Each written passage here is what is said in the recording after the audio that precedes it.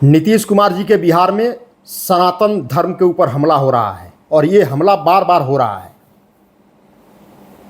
ये हमला सोची समझी रणनीति का हिस्सा है और नीतीश कुमार जी की सरकार सनातन धर्म के ऊपर बार बार हमले क्यों कर रही है और जिससे कि सनातन धर्म बदनाम हो।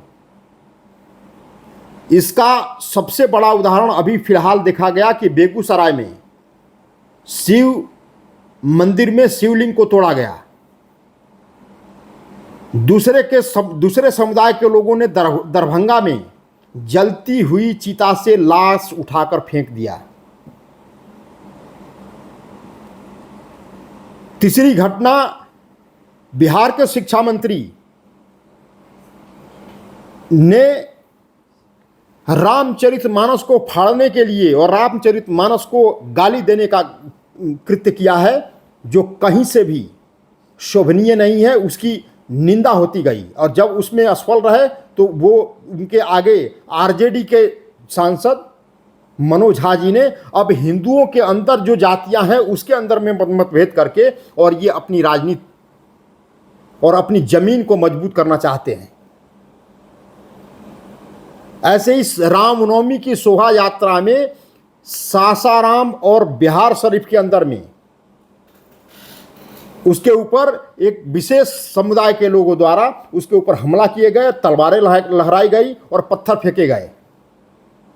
उसके ऊपर आज तक कोई रिपोर्ट नहीं आई, कोई जांच नहीं हुई कि आखिर ये ऐसा क्यों हो रहा है। बिहार के अंदर में तुष्टीकरण की राजनीति करने वाली नीतीश कुमार जी की सरकार वो कब्रिस्तान की व्यवस्था तो करती है लेकिन हिंदुओं के लिए श्मशान घाट की व्यवस्था नहीं करती है। ये धर्म के आधार पर ये बंटवारा बिहार के अंदर में तुष्टीकरण की जो जमीन तैयार की जा रही है, ये सफल नहीं होने दी जाएगी। ऐसे ही सनातन धर्म के अंदर में आने वाले पर्व त्योहार, चाहे वो छठ हो, रामनवमी हो, उसके ऊपर बिहार के नीतीश कुमार की सरकार छुट्टियां कम कर देती है, छुट्टियां कैंसिल कर देती है, लेकिन विशेष समुदाय के लोगों की छुट्टियां बढ़ा दी जाती है। इससे देश प्रदेश के हिंदुओं की चिंता स्वाभाविक है और चिंता करनी भी चाहिए कि बिहार की सरकार ये भेद क्यों कर रही, धर्म में भेद करके वो अपनी राजनीति करना चाहती है। यही धर्म में भेद करके राजनीति करने का नाम ही तुष्टीकरण है और तुष्टीकरण की हद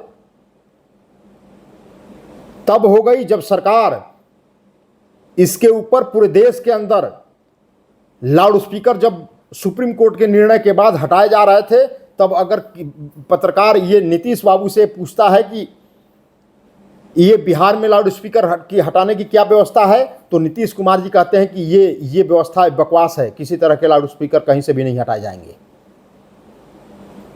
तो ये तुष्टीकरण की राजनीति नीतीश बाबू और नीतीश कुमार जी की सरकार को बहुत महंगी पड़ेगी, क्योंकि बार बार सनातन धर्म के ऊपर बिहार में जो कुठाराघात हो रहा है, जो हमला हो रहा है, वहाँ की जनता इसका मुंहतोड़ जवाब देगी।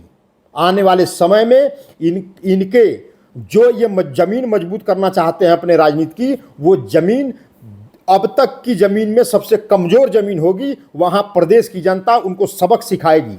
इन्हीं शब्दों के साथ अपने वाणी को विराम देता हूँ। नमस्कार।